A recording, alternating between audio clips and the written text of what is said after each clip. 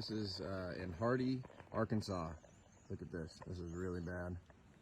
Flooded up to almost to the roof of that building. That's a car. Oh my goodness. And there's a Valero gas station. 40 Island Creek in Hardy, Arkansas is not passable. This is bad news. Yeah. There goes a house.